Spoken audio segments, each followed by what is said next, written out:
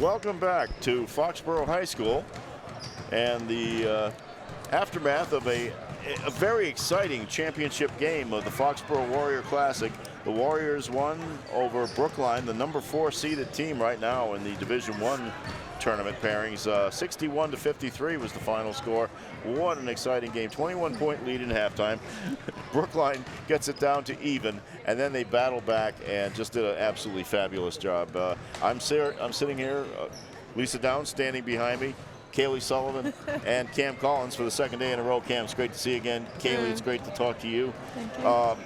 Cam, 23 points today. Kaylee, 17. Addie Reuter added 10. But what pressure in this game. This was tournament basketball. Guys, you must have, Lisa, you can talk first and then we'll get them in. Yeah. Tournament pressure, this is what you need. It's absolutely what we needed. I was hoping for a tough game. It came out the way I was hoping it would come out, but we needed to be challenged. We needed to see what we're capable of doing. It's good to see that they were able to come together as a team, and then we lost that lead we had. But what I told them, I was extremely proud of the fact that they hung in together, they battled back, and they never had their shoulders down. They were just always focused on the next stop, the next play, and they put together a good 32 minutes of basketball tonight. Kaylee, first, I'll talk to you because you had a 13-point second quarter, and you were hitting from 25 feet on your three-pointers, and that built the big lead. Now, I'm sure you felt great doing that, but did you ever have in the back of your head that I better get these shots now because those guys might roar back?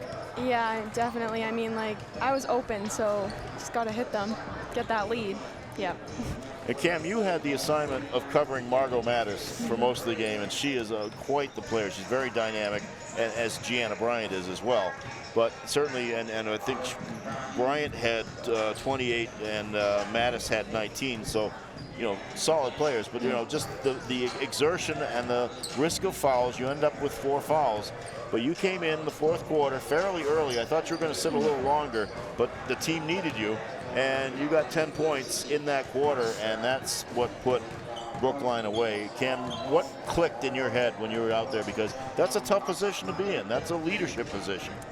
Last year we came runner-up, so obviously this year we did not want to lose, and I know that we all had a role in this team that I had to step up and, play my defensive role, play my offensive role, and, not let her get a basket on me, but also not get fouled out of the game. So I think it just, cards fell how they did, and yeah, we got the win. Well, these are Foxboro's representatives on the all-tournament team, too. Kaylee Sullivan made it. Cam, very deservedly, the MVP of this one.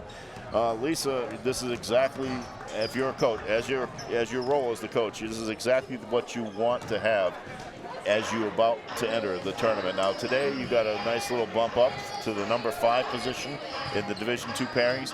That could even change more from this. As I was talking to Kate Hill during the game, you're getting help from your friends in the Hockomock League finally. They're getting you some points. Mansfield and Oliver Ames, their improvement over the season has helped your pairings. Now you beat a team that's in the top 4 on the other side in Division I. You look at the bracket, you can see everything. It might still change, but this game today sends you into the tournament the right way, doesn't it? It absolutely does. The worst thing possible would have been for us to play, 50% or even worse, to lose to a team that we were better than. So I couldn't have asked for a better conclusion of our regular season game. George, I remember last year you played Walpole in the final, and it was a good game, but Walpole won, and that kind of put you off that little edge, saying, "Oh, yep, we're beatable going into a tournament." Now, this is a great thing. How about you guys? Do you feel like this is a real boost for your confidence going into the tournament? Yeah, definitely. I'll say so. 19-1 is a pretty record, so I say we wanted to keep up with that. And your only loss is to a good, solid team. Now let's take a look at some shots here of what you guys did today. And this is some really good stuff. There you go. Look at that space between you and the line there. Kayla, you can be hitting that from farther out every time. She's a bucket getter. But you're also smart enough to take the better shot when you see it too. And when you can go in, maybe get a 16-footer or something like that, that works just as well. Cam, the defense and the scoring in transition. And I love your athletic little stop and pops. I told you that yesterday when we talked. Look at that drive into the lane. Goodbye. Always focused on the basket. That is terrific basketball there. This is what the Warriors played today. They played good. So Lisa, I know you and I have talked about this before, and I'll say it to the audience.